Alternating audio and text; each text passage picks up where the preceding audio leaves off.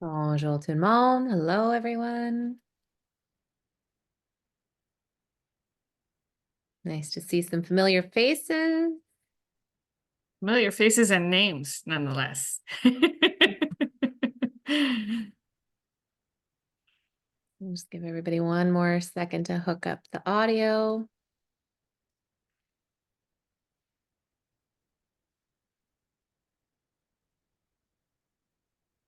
All right. Well, we're going to get started with just this beginning part as people are making their way in. So welcome to, what is this, our sixth session, Angeline, of the OMLTA Reading Network for this year, our final online session. So we're going to have one more session after this. It is going to be at the OMLTA conference. We are going to have a session at the end of the day, Friday, leading into a reception. So you're welcome to join us if you are going to be at the OMLTA conference. We'll be there talking about, everything we've done with the Reading Network and hopefully what we plan to do going forward. And we thought we would take some time today. We've done a lot of talk about screening. We've done a lot of talk about diagnostics. We've done a lot of talk about teaching and using our data. And we've had some question and answer periods. And today we thought we'd take a little time to talk about data-driven small group instruction. Before we really get going, we are going to go through our land acknowledgement. Of course, I just tested it, Jordan, and then it worked, and now it doesn't. I need you to do the slide. Yeah, no, I know. It was because I'm two screening it, and my cursor was on the wrong one. Sorry. All right. La OPLV reconnaît que les activités de notre organisation et celles de nos membres se réalisent sur des terres des Autochtones. Nous sommes reconnaissants de pouvoir travailler et vivre sur ces territoires. Nous remercions les peuples métis, inuits et des Premières Nations qui prennent soin de ces territoires depuis des temps immémoriaux et qui continuent à contribuer à la force de l'Ontario et des collectivités de la province. Nous voulons également reconnaître et faire l'honneur à la pérennité de la présence des Premières Nations, des Métis et des Inuits qui vivent sur ce territoire depuis des temps immémoriaux. All right, so we're going to kind of flip around English and French. I think we're mostly going to talk in English. We've got a couple of slides that are in French just because that's the reality of working in French immersion. We've got things pulled in from all over the place. But our goal today is really to talk about how that data can help us. So taking our data from Acadians Reading Français, which I know we're moving into that second round of screening, using the data that we've got from Eclair, whenever we decided to use that diagnostic, and using all of that to help us inform our instruction and to really do it in the context of making those smaller groups today. So using the data, les données qu'on a, I'm having a hard time flipping between French and English myself this afternoon, to group our students, to decide what kind of intervention we're going to do with our students, where we need to intervene, what is our focus, and then what we're going to teach those students in those groups. And Jordan, I wanted to add, because I had kind of a great opportunity today. I had a conversation with our board psych lead and a team just connected to the science of reading and looking at our data at a system level to make some decisions around the interventionists and what their role is and where they might be best fit at this time. And I just am so grateful to have the data that we have that is like it's apples and apples, even looking at it's about the benchmarks, not so much the numbers when we're doing like looking at dual track and single track schools, but looking at percentages of students that are below and well below benchmark to make those really informed decisions. I'm just really grateful that we have such meaningful data now. Mm-hmm. So why are we teaching and why are we doing this with data? It really does come back to that Matthew effect, right? And that is really that idea, the rich get richer. Our students who are good readers read more. They develop the vocabulary, the background knowledge, they continue to read more. They practice those skills, they become better readers. And our readers that are not, loving it right at the beginning, just don't do it because it's hard. And when they don't do it, they don't develop all of those same skills. They don't get the practice at the same level. They don't develop the same vocabulary, the same background. And so l'écart creuse, right? That gap widens and it keeps widening. And Acadians has a really great slide that looks very similar to this. And you can see that, that gap at the end of grade 1 is not such a big gap, but that gap in grade 5, that's a big gap. And those students have to work that much harder to get up to that level, not even of our top readers, but of our just sort of middle of the road readers. So we have to work that much harder. We have to put in that many more reps to get there. And I think too, when we think about the data-driven piece of that, it really helps us identify those needs early and gives us a target for instruction and intervention. So making sure we target that skill supports the progress monitoring, which I also really love, and again, really ensures that we have evidence-based instruction. So back to that outcomes-based model, and I was just writing about this again today, doing some review for this middle of year screening time. This to me is just a roadmap. It really helped me place where everything fits because we've heard all of these things that are out there. We've heard about Acadience and screening. We've heard about éclair and diagnostic. We've heard about progress monitoring, sonograph, what fits where. And to me, this really helps me to visualize where all the puzzle pieces fit. And it starts up at the top by identifying those students at risk. And that is, we need to take out that précoce word, but that is that screening at the beginning, right? It helps us to identify the who, identifying those students at risk, who, where are we seeing red flags? What do we need to be concerned about? Remembering that it's a 1-minute snapshot. We're not using this as an evaluation on a report card. Imagine if somebody judged you on your report card based on 1 minute of your life, right? Like we're not using that as evaluative, but we're identifying maybe we need to find out a little bit more. Maybe we're on track. Are we making the progress we need to be making? It's just that who, which then leads us to we maybe need some more information. And that's when we get into that diagnostic piece. That's where we find out the what. What do we need to teach? Where do we need to spend our time? What do we need to focus on? And we can be doing that diagnostic piece on our students who show up as hitting those benchmarks. If we're just like, maybe it's just not quite what I expected, or something is a little tricky in there and I want to spend a little more time, I might want to do that diagnostic to find out more about that student. From there, we're going to plan instruction. And that's where today's work comes in, right? We're going to, whether it's, with our tier 1, we've got a really great tier 1 program now in our province, available freely to everyone with sonograph, right? Like that's amazing. What else do we need to be doing? How else do we need to be, once we've got that tier 1 solidly in place, what do we need to be doing? What kind of planning? What kind of intervention?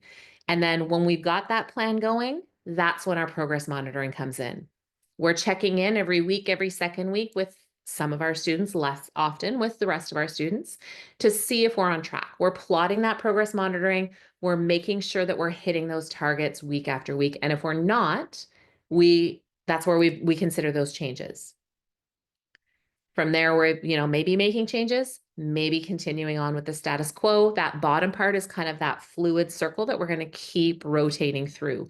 So we don't need to be waiting to go back to that next screening period to find out if we're making progress with that student. We don't need to go all the way back up to the top. Thanks, Jordan. I wanted you to just clarify, because I know you and I had several conversations with several people about the word précoce and why we're not using that word in that sense. It's still coming up a lot, and it still is in a lot of the things. But when we do look up the word précoce, it does mean I'm struggling with English words this afternoon, Angeline. You're gonna have to help me. It's like pre-going to school, like it's even earlier. Well, then it's that they're doing more than expected, and it's not, right? It's that early literacy piece as opposed to precocious, which they're going to a morphology lesson, but really looking at it's the early literacy piece that is intended often when we see that word précoce. So I know Jordan and I have switched to like that débutant or au début. That piece. And I would really encourage you, if you have opportunities, to talk to colleagues about communicating learning, whether it's communicating learning on a formal report in kindergarten or in a formal report card, and what that looks like in the space that we're in right now. So knowing that that screener should never equate to a report card mark, and the comment should also reflect what we know now. I saw colleagues daughter's report card that actually referred to the 3 queuing system. And it's like, we've done work around this, and like, no, like this is not where we want to be. And I know that our curriculum, but this was actually in connection to the language curriculum. So just really, having some open and professional conversations with colleagues to just develop that understanding. I mean, we're all on a journey and we all have so much to learn, but where it fits, if you can have those, I think it's going to be really helpful. And that, just comes back to a really great book, Next Steps in Literacy Instruction. I've done several book studies with Onlit. There's lots of resources. If you go to onlit.org, the recordings are there. The book it breaks down each of those fundamental skills, gives you lesson plans, activities, just a really good, solid understanding. But it does come back to that outcomes-based model. And it really emphasizes teachers as problem solvers. And that's the basis of this book.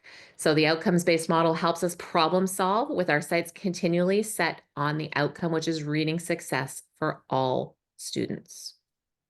I also love this book. We just finished a book talk specific to using this book in an FSL context, and it was really wonderful to kind of look at it with that lens. And there's lots of excitement moving forward with the new knowledge that was gained from part of the book talk. Okay, am I still going? You are. All right. So progress Or I monitoring. could. It's up to you. Progress monitoring is my favorite, so I'm happy to talk about this one.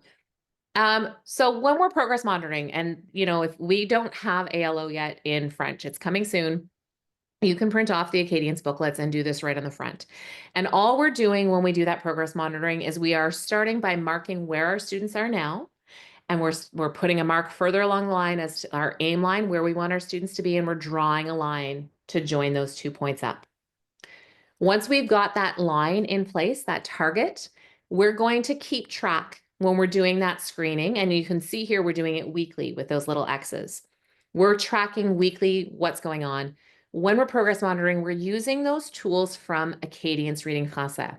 So they're all there. You're progress monitoring one skill that you're focusing on, not all the skills. So this is taking you 1 minute per week to progress monitor for the student. So it should be fairly easy to keep going, whether you're doing it weekly or biweekly. You're getting that information right away and you're plotting it. When you're plotting those little X's along that line there, and you see that you've got 3 points below your aim line, that's when you need to consider perhaps making a change.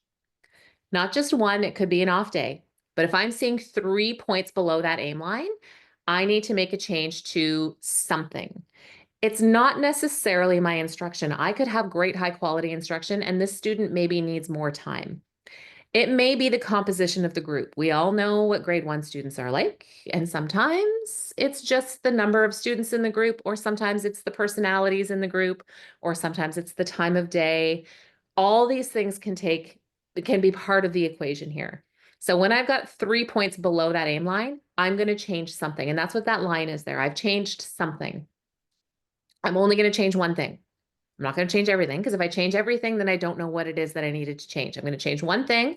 I'm going to keep plotting. We can see the next line is still below the aim line, but it went up. And then I start hitting that aim line. So I'm doing okay again. And you see, I do have a couple of times that I'm below the aim line, but that's okay too, because I'm not seeing 3 consistent marks below that aim line. So I can just keep going with my instruction and just keep tracking. But you can see, had I waited until my next screening period or until I needed to do a diagnostic again, I might be waiting until May before I make a change. Whereas with progress monitoring, I saw that right at the end of January.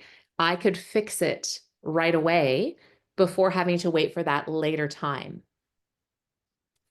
And I know our interventionists and LSTs are really finding that progress monitoring super helpful, just in seeing that information in such a timely and quickly gathered way. And the paper you're still seeing that, right? Whether you're seeing it go up or not up, but it's still very visible on that graph. So again, if your progress monitoring is not showing you the growth that you need to be seeing, if you're seeing, excuse me, those points below the aim line, you need to change something. Maybe it's your teaching. Maybe it is what you're using your resource, the way you're doing it. Maybe it's not. It could also be the composition of the group. It could be the materials that you're using. It could be the amount of time. It could be the time of day. It could be that you need a more intensive group with less students. It could be the personalities of the students in the group, right? All of those things are going to impact, our little people have big personalities, and sometimes that needs to be adjusted for in the way that we teach. Jen, did you have a question, Jennifer? Hi.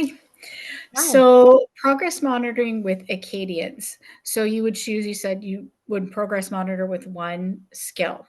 Yep. I'm assuming each student, it would be individual to the student then regarding whatever their need may be based on their initial screening. Yep.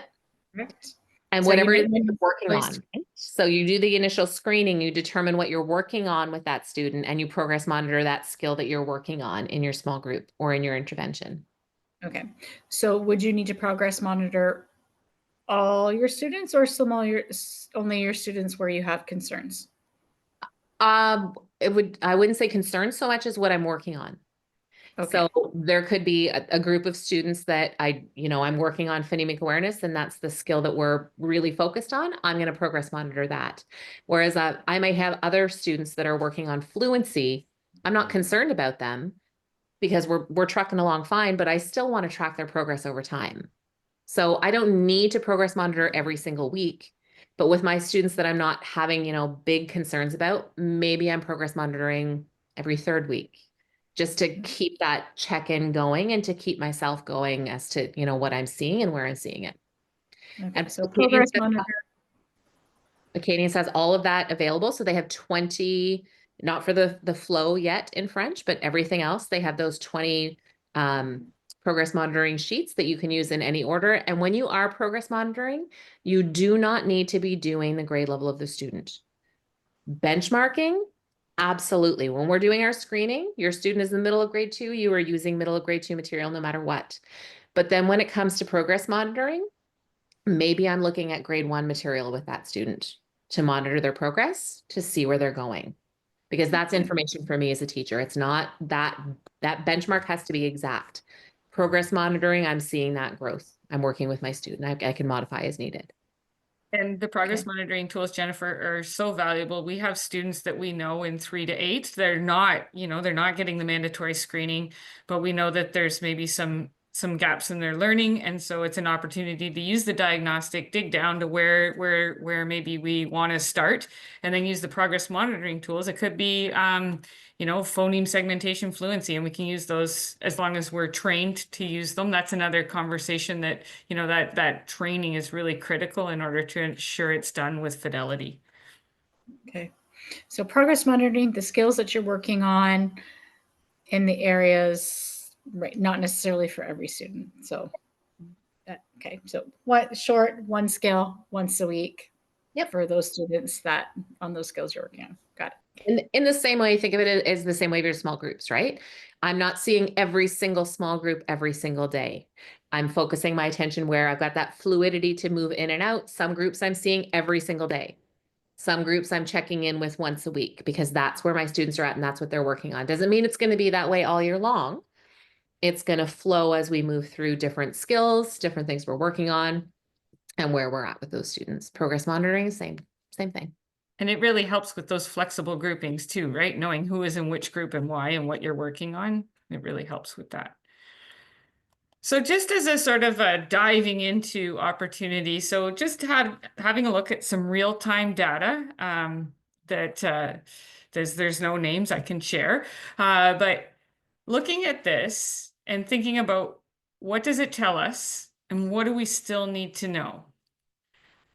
Just going to give you a moment to look at it and think about what does it tell us and what would you, if this was your data, still want to know?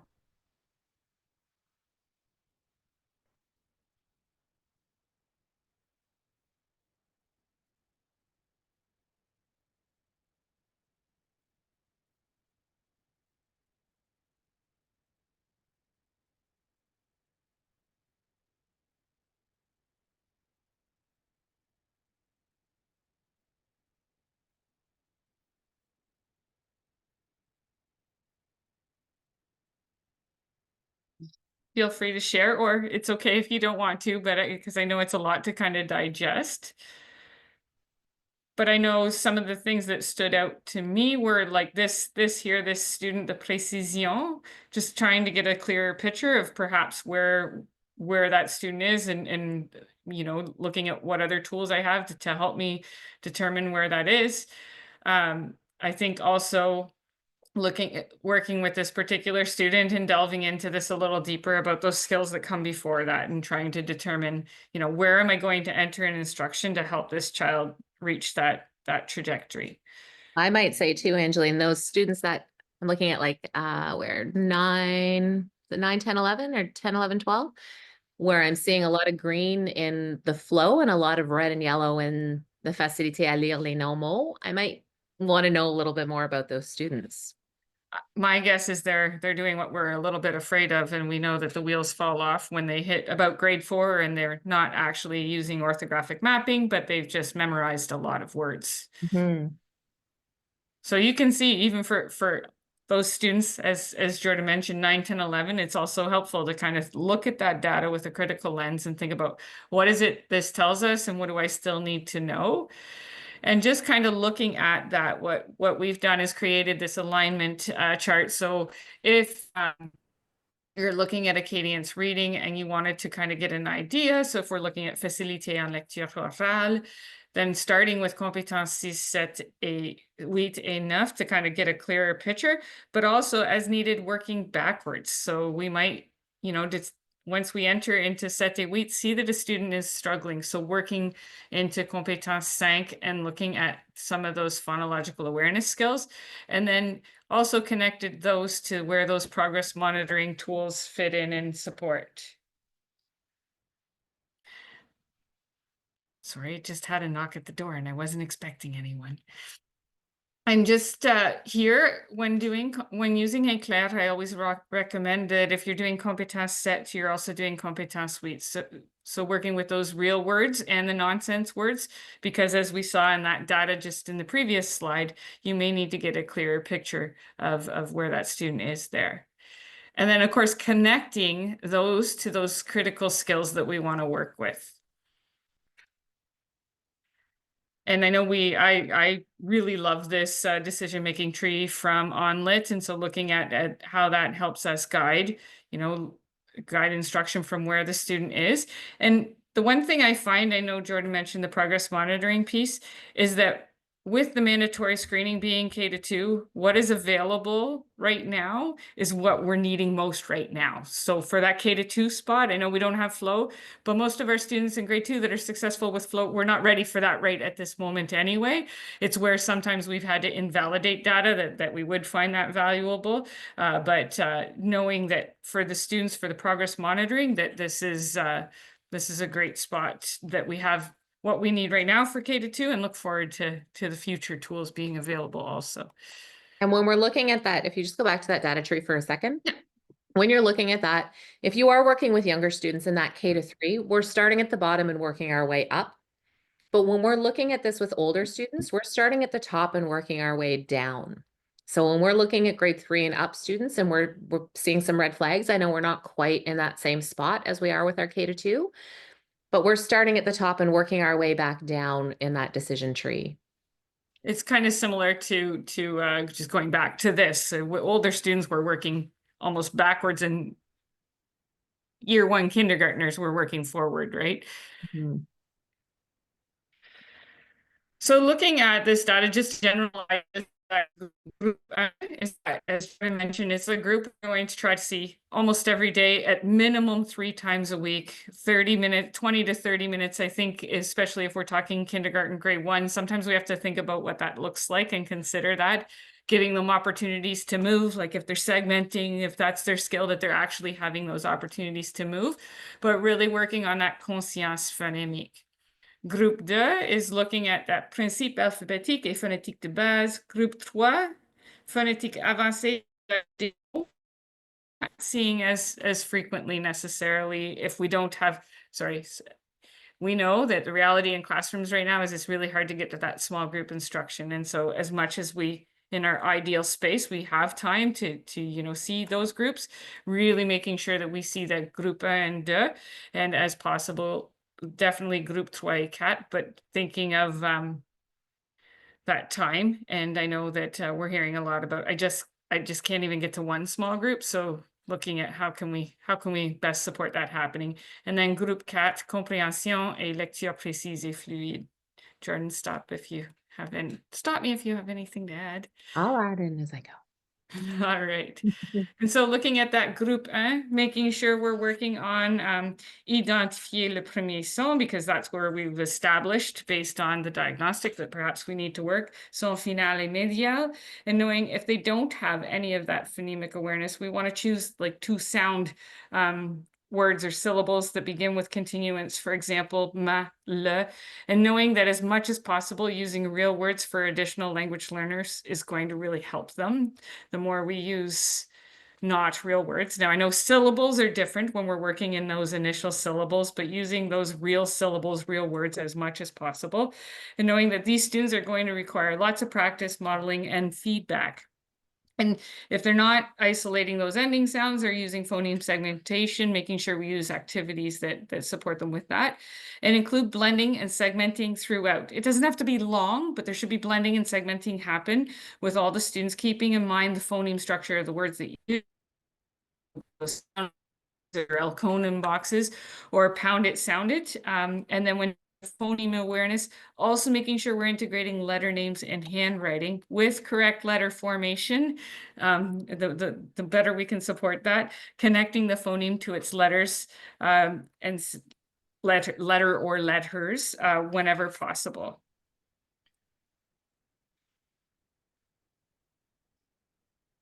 So thinking of within here, what using the Eclair diagnostic perhaps, well, is going to help guide what is happening in that small group.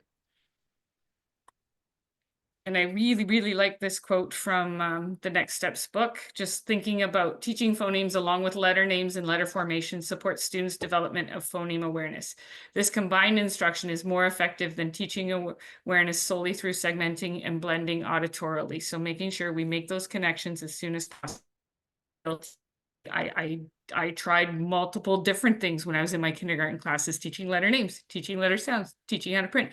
I didn't do what I know now I would do if I was in a classroom tomorrow with students. And I can tell you, I literally, I don't know, I'm a very sensitive, emotional person, but I was in a K1 class and I saw all of those students reading and writing full sentences with the neatest printing I have ever seen in that age group. I was in awe. They really, really astounded that what they could do, but their educator also supports them in being and feels that they can. So that's helpful.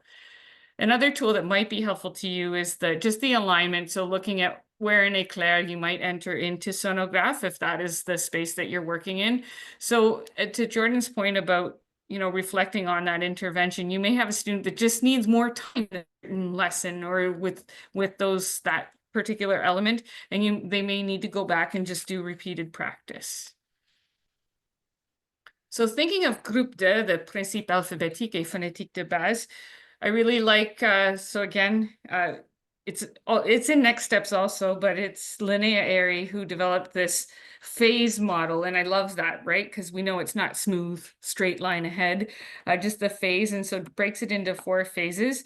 And the children pass through these phases as they develop those word recognition skills. And it depends on the phonemic awareness, letter knowledge, grapheme, phoneme relationships, and their stages. And so they overlap like the waves. And why is this important? Because knowing where a student is can really help us make those instructional decisions. So generally thinking of the pre-alphabetic phase, students are still working at knowing their letters or don't know their letters, don't like to use that negative word, so are working on that, or that phonemic awareness. So often pretend reading. So that's where we want to provide meaningful letter recognition, letter naming, phonemic awareness instruction, and begin making those letter sound connections as much as possible.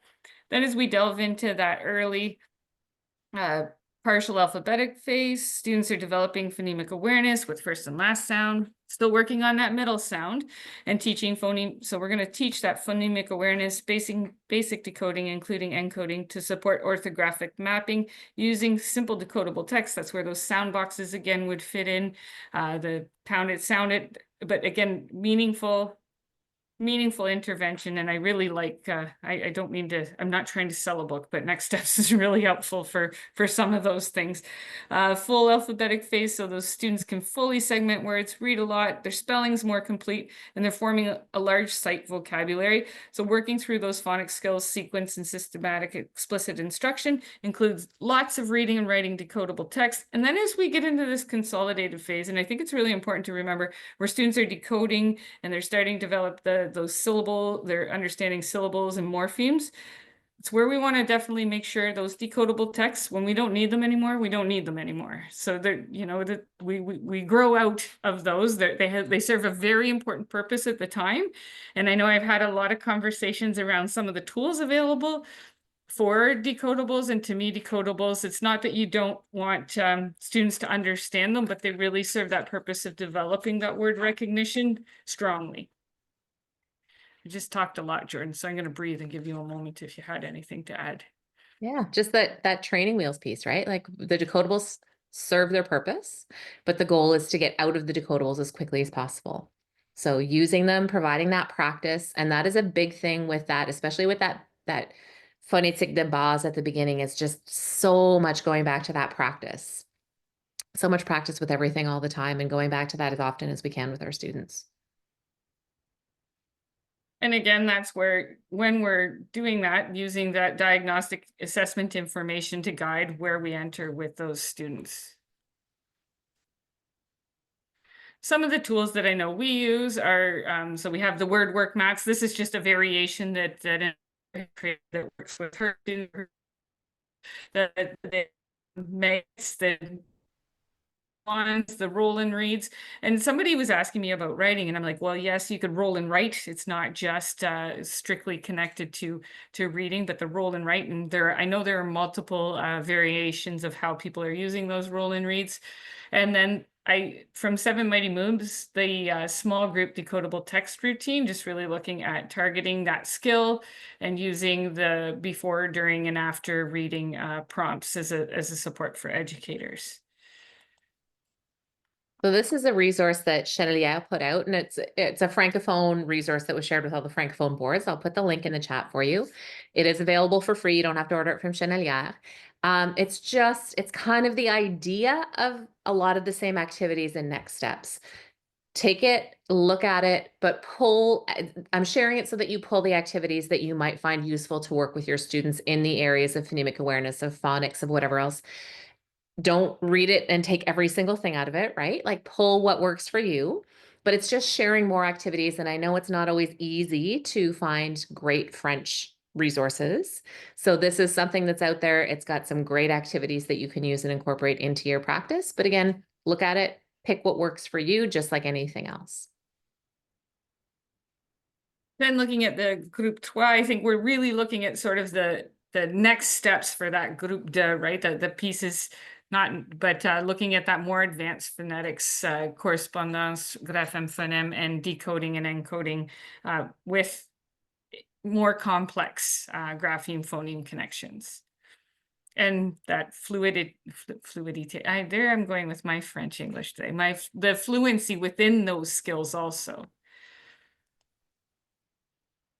And group CAT, again, looking at, engaging students with instructional level texts that are not strictly decodable and considering word attack skills, the syllable division. And this is, so I know I learned a lot really kind of a couple of years ago about what I used to do with syllables. I really thought I should start with them early, and now I understand more that we really want to get to that phonemic awareness, but as students get into those longer words, being able to attack the words, divide those syllables, morphology comes into play, retell, and I know that right now with where we are with the screener, we're really looking at how can we support that retail? What is it, right? And I know I have an educator, she's just using simple videos every day and then having them turn to a partner and do a retail and then share their retail with somebody else.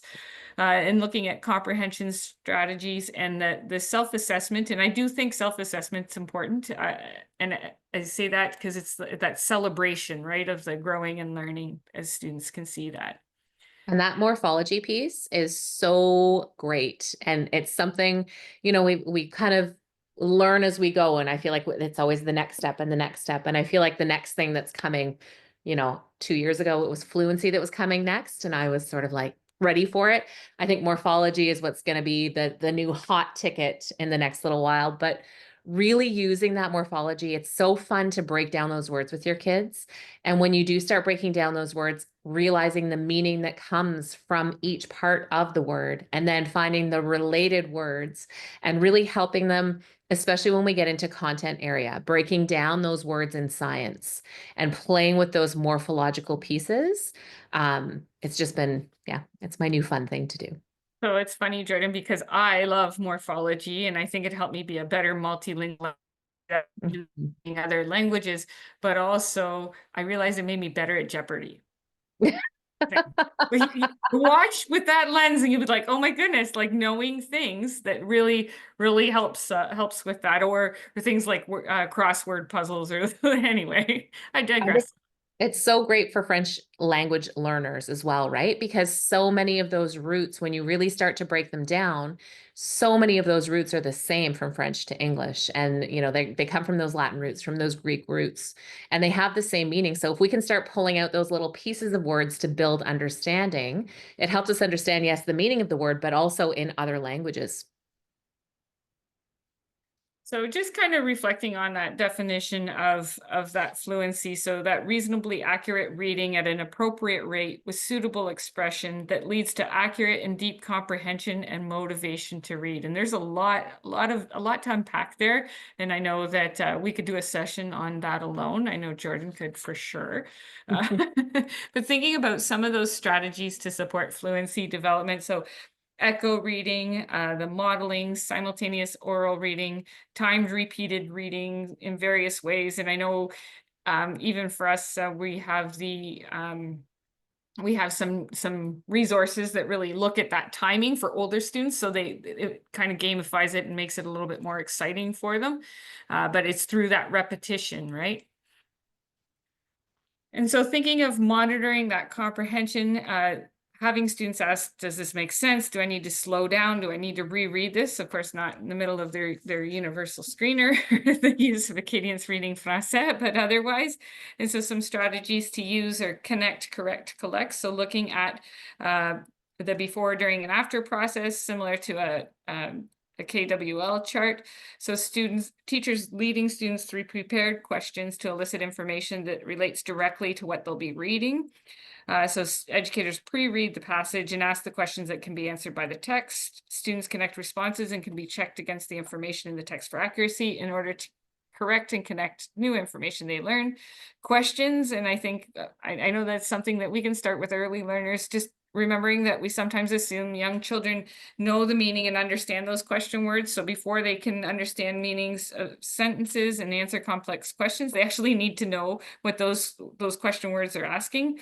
So introducing one new question word at a time, and no need to rush,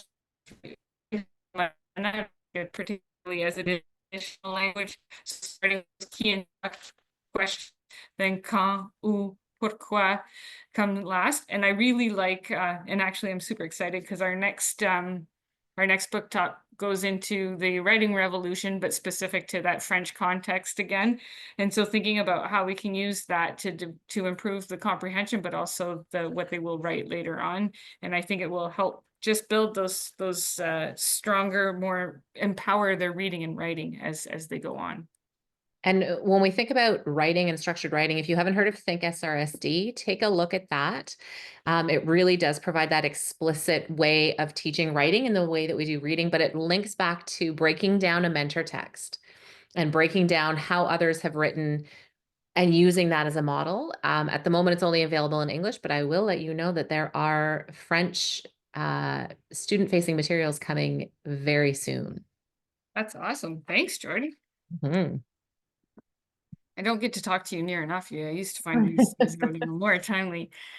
So also thinking about how we can use the to build sentence comprehension. So before they understand meaning, they really need paragraphs and entire passages. They need to understand a sentence, and the same would be said for writing it. So framing it, combining it. So for example, going from le chat est gris, le chat est petit to le chat est gris et petit, or le chat a froid, le chat est coincé dehors en hiver to le chat a froid parce qu'il est coincé dehors en hiver. And I know in conversations with kindergarten educators, building those skills early on orally is really going to help them when they get to the putting that into writing.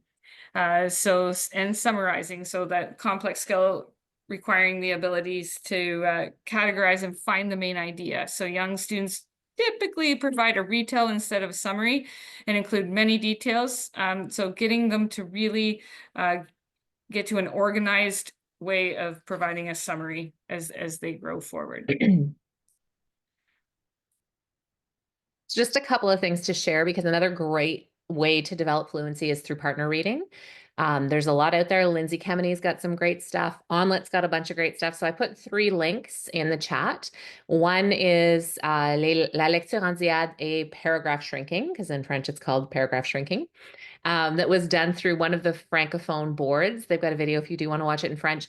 If not, I really encourage you to take a look at Laura Bross's recording of the session she did. She's got some great in-class examples, types of partner reading. She's, like right in there with her students, and Laura's just fantastic. There's also a slide deck that was put up on Onlet about partner reading and paragraph shrinking that you can use if you are providing PD, if you're looking to help teachers out. The slides are available to you to download. There's all of that available on the Onlet site. And it's just the idea of pairing students up, daily practice, and there's a whole process you would go through. And if you watch the video, you can get some more details about that. Love Onlet. Love Onlet. And then just coming back to that idea, comprehension and vocab go hand in hand, right? A strong, well-developed vocabulary knowledge sets that stage for strong and efficient reading comprehension, as does fluency. All of those pieces come together, and that's really our goal, right? Our goal is not to be sounding out words all the way through. Our goal is to be reading to learn, is to have that comprehension when we read a text, and to be able to do it at a pace that allows us to have that, to build that comprehension. And this is another thing I'm going to, if I haven't yet, I'm going to share in the chat.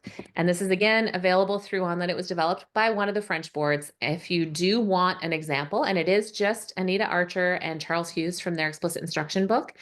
It's just Anita Archer's explicit vocabulary instruction routine, but it's in French. So they took it, they adapted it, and they've got that lesson plan. So you can just go through and fill out the blanks and then provide that same instruction. If you do go to Anita Archer's site, you can see her in action. Well worth the watch, providing that explicit instruction with students of all different ages. I love Love this her. document, and I love Anita Archer, we know that, but also I think I've had a lot of conversations with people about vocabulary and child-friendly definitions, visuals, gestures, as opposed to, that translation piece as much as possible, right? So how can we make it accessible to the students in maybe other ways? So I am a big Anita Archer fan, and so I'm going to give you a moment to look at this poster. But as we do, a couple of things that I always think about when I'm working with educators and developing tools and having conversations with Jordan and colleagues in my board and other places are some key ones are the teach the stuff and cut the fluff. So when I know I get asked a lot of questions in connection to sonograph, particularly for additional language learners, and I'm like, we intentionally are not having a lot of fluff in there. We can make lots of pretty things, I know that, but just really getting to that. This is a hard one. This is a really tough one to swallow. The how well I teach is how well they learn. Because right now, when we look at data, it makes it feel like I'm not doing a great job. And so looking at, what's the best I can do for these students right now. And then the feedback feeds forward. So just thinking about that specific feedback and, you know, as much as possible for the students and giving that specific praise. And if you have a chance to watch her video or listen to it, I know she does a really great job of explaining that and making sure it's informative. So like areas for improvement and corrective and showing them how to find the answer.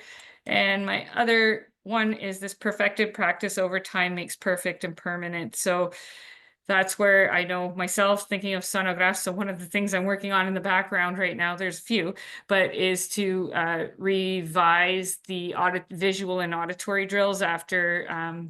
So I love my team. It's a wonderful team that started the development of this. And I look at Shaddai because she was there at the grassroots development of it. But then as we move forward, multiple people were involved, and now looking at the auditory and visual drills, it is because we did use interleading, but you lie more carefully, talk to the team at where then it won't have a huge impact on anything. If anyone's used it already, it's not going to hurt. It's just that it will use that perfected practice over time even more than it already does. So just yeah, we looked at how many times they repeated the grapheme phonemes, and it wasn't as scattered as it currently is. So that will be fixed. But definitely, as I say, that K1 class being in there and seeing the impact that it's having on the students' learning, I was just in awe, and looking forward to also, OISE is hoping to do that research into sonograph to measure the impact so that we can say that it has that, yes, it's based on an evidence-based tool, but then we will say that it is evidence-based. So anyone have any other favorites on this slide that they wanted to point out? Teach the stuff and cut the fluff is hands down my favorite. We're doing a francophone, like a French book, as part of a book study right now on explicit instruction. And that was a big conversation last night, was how much time are we spending with our students and what impact is happening in that time? So what are we doing? How are we maximizing the time that we've got with our students? How much, because there's so many things in our day. There's, you know, like a fire drill alone will throw off not just the time you're outside for the fire drill, but like many, many minutes afterwards. So how can you maximize the time that you've got with your students and really be impactful in that time? And I think too, it means sometimes we have to let go of things that we really thought were awesome and kind of grab onto those things that we know are going to have more impact in a shorter period of time. But then I think it also opens up time for other things. Like it does open up some time for other things. Anyone else have any favorites up there that we haven't mentioned yet? I'll share. Oh yeah, Jessica, that's exactly what I was gonna say. Mm. Yep, that's my favorite. Everyone does everything. I think that I've had a lot of shifts in my teaching practice in the last few years, using this lens, thinking about some of the activities and thinking about sometimes, you know, we might have one student answering or doing something. How can I shift this particular activity? And not to say that it's not a good activity, right? But how can I shift it a little bit to have everybody also be doing an answer, not out loud, obviously at the same time, right? But like maybe everybody's got a dry erase marker and a dry erase board. And so they're all doing that activity, and one might come up and or share out loud the answer. And it kind of comes back to what you're saying about maximizing the time, right? To Jordan, like I just really want all students to always be able to have the opportunity to engage in the learning. And I think it goes back to that Matthew effect too, right? Like giving, you know, the rich get richer. If we think back to like the child that raises their hand is always the child that raises their hand. That's the one that has the vocabulary, background knowledge, perhaps, and those skills. Whereas we need that everyone doing everything helps all of the students.